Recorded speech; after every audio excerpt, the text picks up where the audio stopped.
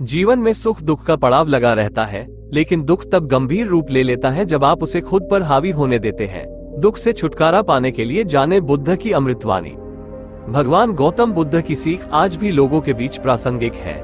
इसका कारण है कि गौतम बुद्ध की कहानी, उपदेश और शिक्षा से व्यक्ति को सफल और सुखद जीवन की सीख मिलती है। बौद्ध धर्म के संस्थापक गौतम बुद्ध ने हमेशा ही लोगों को सत्य, अहिंसा और करुणा का भाव सिखाया। यही कारण है कि सिर्फ भारत ही नहीं बल्कि अन्य कई देशों में भी बुद्ध को मानने वाले हैं। हर व्यक्ति के जीवन की परेशानी का अहम कारण है दुख, लेकिन यह ऐसी चीज है जो हर किसी के जीवन में जरूर होती है, क्योंकि सुख दुख जीवन में लगा रहता है। ना ही सदैव सुख का समय स्थिर रहता है और ना ही दुख का, लेकिन जीवन में दुख का होना भला किसे पसंद होता है। गौतम बुद्ध कहते हैं दुख तब और अधिक तकलीफदेह हो जाता है जब आप इसे खुद पर हावी होने देते हैं, लेकिन दुख को जानने के बाद ही सुख की अनुभूति होती है। दुख से छुटकारा पाने के लिए गौतम बुद्ध 3 उपायों के बारे में बताते हैं, जो कि इस प्रकार से है। गौतम बुद्ध कहते हैं दुख से दूर रहने के लिए सबसे पहले ये जानना जरूरी है कि दुख क्या है। संसार में कोई भी ऐसा प्राणी नहीं है जिसके जीवन में दुख ना हो। दुख एक सामान्य स्थिति है, इसलिए दुख को खुद पर कभी हावी नहीं होने देना चाहिए। दुख तभी आपसे दूर रहेगा जब आप खुद को खुश रखने की कोशिश करेंगे। दुख का कारण क्या है? बुद्ध कहते हैं दुख का अहम कारण किसी चीज को प्राप्त करने की तीव्र इच्छा से है। इसलिए ऐसे व्यक्ति के जीवन में दुख नहीं है जिसे किसी चीज के लिए तृष्णा नहीं है। इसलिए किसी चीज को लेकर ज्यादा उम्मीद नहीं रखनी चाहिए। दुख दूर करने के उपाय। दुख तो सभी के जीवन में है। गौतम बुद्ध कहते हैं व्यक्ति को ये समझना होगा कि दुख हमेशा के लिए नहीं रहता। इसे दूर करने के उपाय भी है।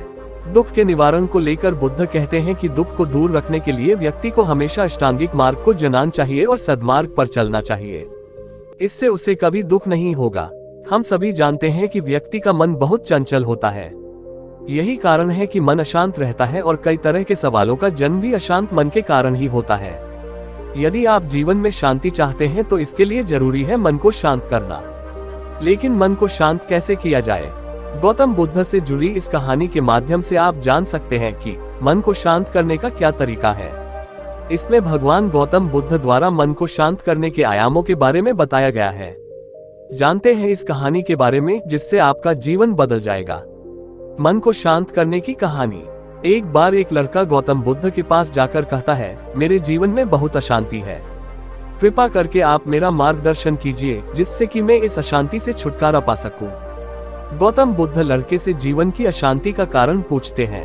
लड़का उत्तर देता है, अत्यधिक विचारों के कारण मेरे भीतर बहुत सारे विचार आते हैं जिससे मेरा मन अशांत रहता है।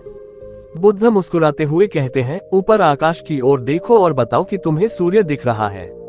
लड़का ऊपर देखता है और कहता है धूप दिख रहा है। बुद्ध उससे पूछते हैं कि अगर तुम लगातार धूप में खड़े रहोगे तब क्या होगा? वह कहता है, मुझे अत्यधिक गर्मी लगेगी और शरीर में बेचैनी होगी।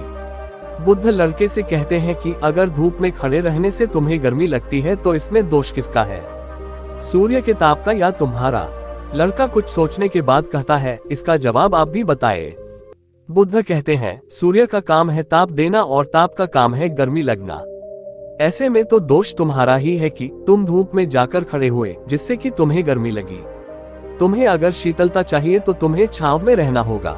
ठीक इसी तरह चंचल मन का भी स्वभाव होता है विचारों और भावनाओं को जागृत करना। विचार क्षण भर के लिए होते हैं, लेकिन विचार से पैदा हुई भावनाएं देर तक टिकी रहती है। लेकिन ये तुम्हें निर्णय लेना है कि तुम्हें विचार और भावनाओं के साथ चलना है या अलग दिशा बनानी है। कैसे करें मन को शांत? बुद्ध कहते हैं, मन को शांत करने के लिए तन के आयाम पर काम करना सबसे आसान तरीका है। शरीर के स्तर पर हमारी कर्मेंद्रियां और ज्ञानेंद्रियां है। कर्मेंद्रियां कर्म और ज्ञानेंद्रियां ज्ञान से जुड़ी होती है। इससे हम अपनी संवेदनशीलता को बढ़ा सकते हैं, यानी हम जो भी काम करें उससे आनंद के साथ करें। मन के आयाम से हटकर तन के आयाम पर जाने से ही तुम्हारा चित्त शांत होगा। ऐसा करने से तुम मन के आयाम से हटकर शरीर के आयाम पर आ जाओगे। ठीक उसी तरह जैसे तुम धूप से हटकर छांव में आ सकते थे। मन के आयाम से हटने पर तुम्हारी जागरूकता तन पर आ जाएगी। जब तुम तन के आयाम पर काम करोगे तब तुम्हारा चित्त शांत होगा। इसलिए हर काम को तन के आयाम पर करने से मन स्वतः शांत हो जाता है। लड़का बुद्ध से कहता है, अपने भीतर के सुर को कैसे सुने? बुद्ध कहते हैं, किसी शांत स्थान पर रहकर जहां शांति हो।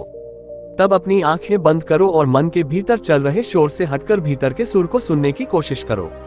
सुर निरंतर चलता रहता है, लेकिन बाहर के शोर के कारण तुम अपने मन के भीतर चल रहे सुर को नहीं सुन पाते हो। जब तुम अपने दोनों कानों को अपने हाथों से बंद कर दोगे, तभी मन के सुर को सुन पाओगे। इस तरह तुम मन की अशांति से दूर हो जाओगे और तुम्हारा मन शांत हो जाएगा।